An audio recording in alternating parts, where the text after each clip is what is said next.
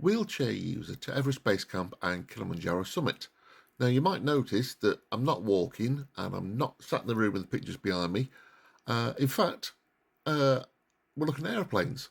Well, I've done a few airplane videos recently and I've got a lot of questions. So I thought, you know what, I'll start doing a few more, add them into the mix, as well as doing my walking videos. And let's walk you through some of what flying airplanes is about. Now, I'm not a flying instructor. I was in the Air Force for 12 years as an airframe technician, which a couple of people on me TikToks were as well. And other people are just interested in aviation. So let's start having a look at the instrument panel. Now, the first thing you'll notice is this white line around here. Now, these instruments around this area are normally called the six-pack, and they're always in the same configuration. And I've got a funny feeling that the white line is there because these are what you need to watch when you're instrument flying. Airspeed indicator, which is in knots for this aircraft, miles per hour for microlights. Your flap limiting speed and undercarriage limiting speed are generally within the white arc, and if you go into the yellow arc, you've got to be careful because you can break the aeroplane if you move the controls too much. Artificial horizon, that was fairly easy. Keep the blue side up. Altimeter, so we're nearly at 1800 feet or just over 1800 feet. That's the variometer, that shows how fast we're going up and down. Gyro compass, and that's your turn and back indicator. I won't go too much into that. And then this yellow box here is your engine instruments. So that's your engine speed, which in this aircraft is controlled by the not just the engine, but also the propeller. You've got fuel burn, manifold pressure, and here you've got your engine indicators. So you've got cylinder head temperature, oil pressure, and it's an air-cooled engine, so I'm not too sure what that one is. But anyway, they're your engine instruments. Right, let's look at some basic flight. So now we're going to look at what's called primary effective controls. So for that, we're going to use the stick to start off with, and then we're going to use the throttle. So we're currently doing about 100 knots, and it just won't stay level. Right, so if I move the stick a bit to the left, I'll try and give you a good view. So you can see the stick's moved a little bit, and if I hold it there, like you do with the car, because you turn the steering wheel and hold it at that point, the aircraft continues to roll.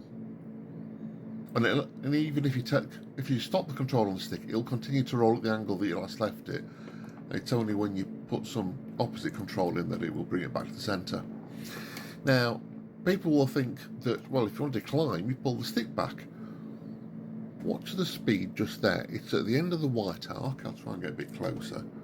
So if I pull the stick back, we'll see what happens. I haven't changed the power. You see the speed's dropped right off. And if I keep pulling all the way back, you get that buzzing sound, which is the stall warning. Now you don't crash. You get the nose down and the speed builds back up to 100 knots again and we level off. And then what happens if we push the stick forward? Do we just roll into the ground? Or push the stick forward a bit? Yes, we start going a bit nose down, holding the stick where it is. And as the speed increases, the wing gets more efficient. So we stop going downhill. And now we're going to turn and go uphill, even though I push the stick forward, because that alters your attitude, and the plane does other things. Now, if I just I'll just sort myself out again.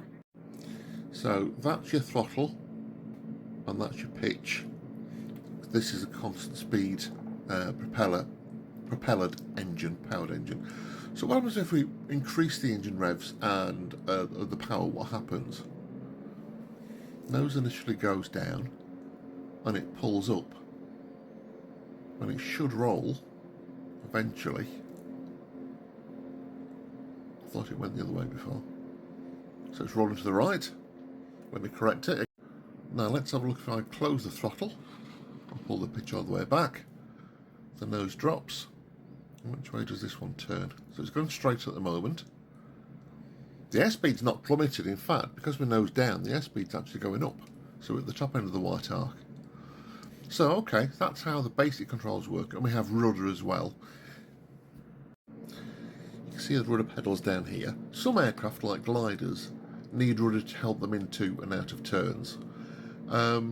Most light aircraft don't. There are situations when it does. We use the rudder for ground handling. If you want to turn corners, we use them for getting out of spins, or we can increase our rate of descent by inducing more drag. If we feed the rudder on, so rudder to the left, puts the nose to the left, rudder to the right, puts the nose to the right. But if I let this stabilise, if you watch my rate of, that's my rate of ascent and descent, so it's just sorting itself out again. So if let's climb in slightly. So if I put on a boot full of rudder, get wings level again, you'll see that we're actually going down, and that's with the same engine power as we had before. So if you want to descend fast, that's how you do it. Right, let's quickly look at landing. So how do you land an aeroplane? Well, the first thing to say is a great landing starts with a great approach, and this isn't a particularly great approach, but what you're after is very stable. You might get a bit of wind, a bit of air moving you around a little bit, that's fine. But my speed's constant. It's a bit fast, but my speed's constant. I've got one notch of flaps down, and basically what you end up with is insufficient power to maintain the height. So I've just throttled back, my speed's reduced a bit more, and you don't touch the throttle. Once you're over the runway, you don't touch the throttle. You want to be over the runway 100, 200 feet, the end of the runway, and obviously I'm not. And basically, as you come down, as you can see, we're getting closer and closer and closer to the ground. So just start lifting the nose up slightly, hold it there a second, and then as we get slower, you keep pulling the nose up, and we're trying to fly to the end of the runway. I know I'm past the markings on this, but you'll get the point in a minute. And it's literally all the way back, my airspeed's decreasing. You keep the nose up. I'm a wee bit high there, but I'm trying to do two things at once.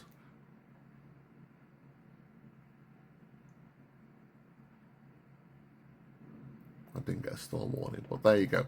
Just hold it back and keep still. So what are the basic controls of an aircraft? On the end of the wing, you've got the aileron. So if I move the stick to the left one goes up, right one goes down. If I reverse that, right one goes up, left one goes down. Elevator, pull back on the stick, elevators go up. Push forward, elevators go down. And then we have the rudder, left and right. And then I did mention the flaps. Will this zoom in? Oh, it does. And the flaps are controlled either by a button, or I actually have a switch here. So one notch down for takeoff or first part of landing. Once you're settled in your approach to landing, you can put the flaps down further. This only has two positions, so that'd be a landing position. But you only put the next stage of flap down when you know that you can make the runway. That's like a golden rule. But anyway, there you go. Little flight in the wonderful Bulldog. I hope you enjoyed it. If you've got any questions or want me to cover anything else, let me know. And don't forget, the only reason I can do this is because I have these. I'm about to go and have one of these after I put my dinner in the oven. You have it 15 to 20 minutes before you eat. One at lunchtime, and then a different one in the morning. And that helps keep me healthy. Anyway, you all take care and enjoy.